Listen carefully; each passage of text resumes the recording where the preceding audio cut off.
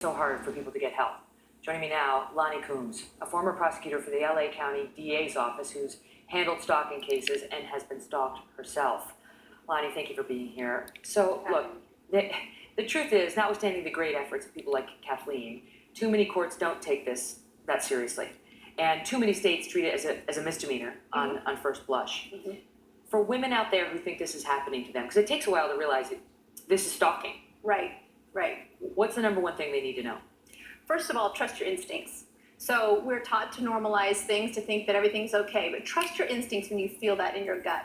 Then start keeping a log. That's the most important thing, because for a stalking charge, there has to be a course of conduct, a pattern. So it has to be more than one incident. Immediately start keeping a log of every time there's a contact, what that contact is.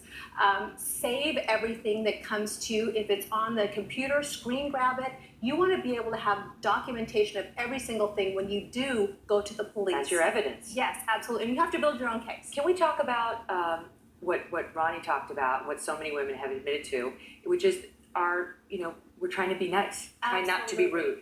Yes, I mean, we all feel for Ronnie when she said, here's this person, you're more concerned about his feelings. When he showed up outside the library of her college, that was a huge red flag. And yet, I think a lot of us understood when she said, I didn't hurt his feelings. And you don't want to escalate it. Exactly. And so you sort of play along. But at that point, think, oh my goodness, what did he do to get here? This is the time to just put that wall up and stop immediately. Once you know what's going on, cut off all communication. And how important is it to have the first communication where you say, I don't want to have anything to do with you? Right. You want to make it very clear and then cut off the communication. If for some reason you get sucked into giving them another little intermittent communication, that reinforces it. You might have gone months without any communication. Once you do that again, it keeps them going because they want that attention. They want to have that control in your life. It regenerates it, yes. Even though you think you're doing the right thing by saying, I said no.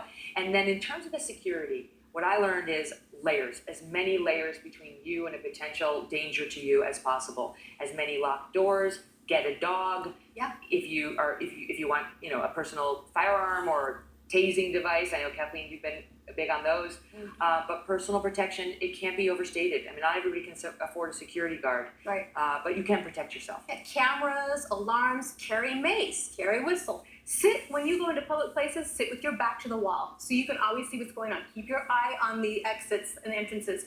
Don't be stuck in your cell phone when you're walking out in public. If you can walk with a friend or a family member, it's very important to let your friends and family know what's going on. Yes. A lot of times victims are ashamed or embarrassed, but they don't want to somehow transfer it to their friends or family. But because Kathleen's mom knew what was going on, when she made that phone call and she sounded a little strange, her mom knew immediately to call 911. That's a huge point. Thank you so much. Thank you all for being here. We'll be right back.